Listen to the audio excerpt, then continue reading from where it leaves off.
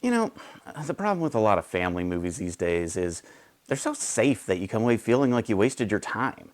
Where's the stuff that makes kids sob when a character dies or shocks the audience into paying attention? Why does everything have to be so safe and bland? Well, Wild Robot decided to take that idea and chuck some of it out the window.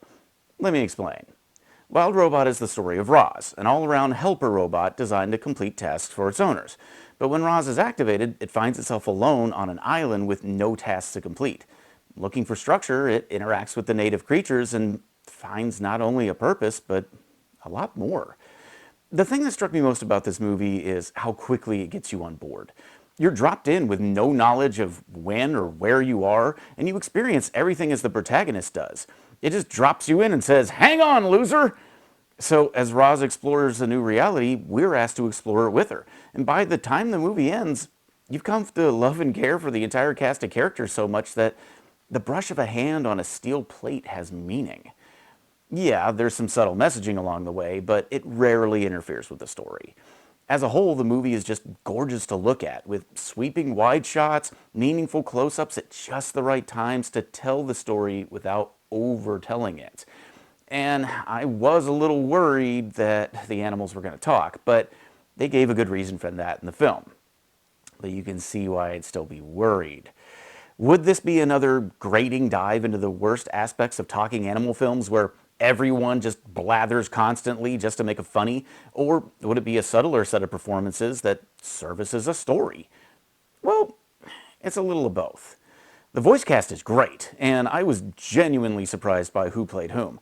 But there is the odd fart joke that is just there to make the kiddies laugh. And, okay, to be honest, I laughed at it as well because I'm 12. But the strength of the movie is in how well the story is told and how much it makes you believe in these characters. The journey they go on together and how they grow. Now imagine that. A new concept kids film with an arc instead of flatline placeholders we're told we should care about. That happens far less often than it should be allowed, and this movie gets it right. Did I have logistical problems with the movie? 100%, especially towards the end. Did I care?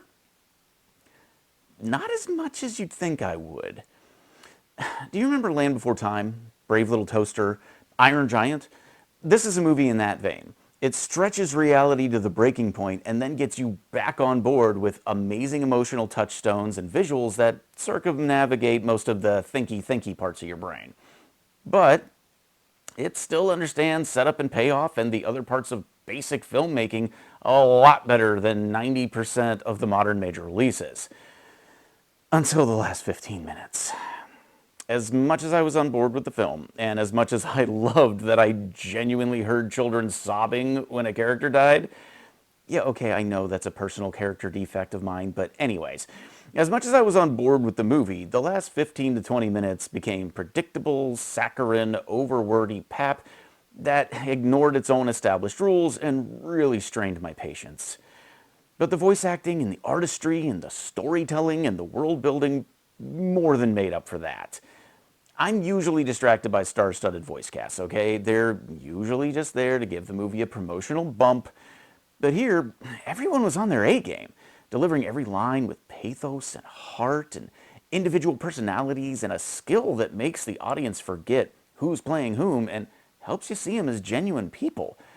And the animation, it's incredible. Such vibrant colors and tiny attention to detail.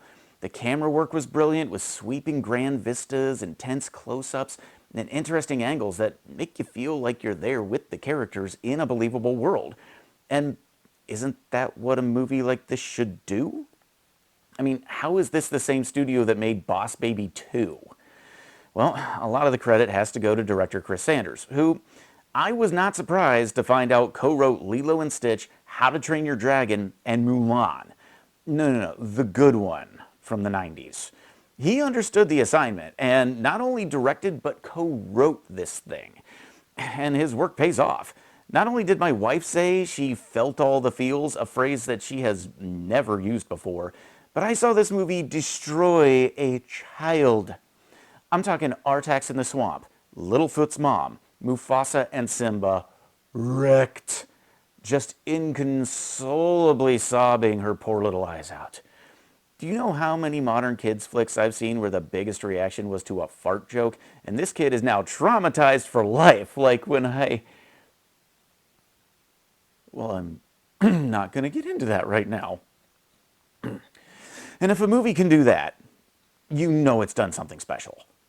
The thing is, it's not perfect, but it's a darn sight better than a lot of the garbage being fed to audiences right now. And I think it's well worth a trip to the theater if you're something to go see. Especially if the rumors about Joker 2 are true. It might be the only thing we're seeing in theaters right now. But just have the hanky ready because you're going to tear up and your kids are going to need therapy. Anyway, that's just my opinion. What did you guys think? Did you see it? Did you love it? Did you hate it? Let me know in the comments below, and if you want more reviews like this, just like, subscribe, and until next time, happy viewing!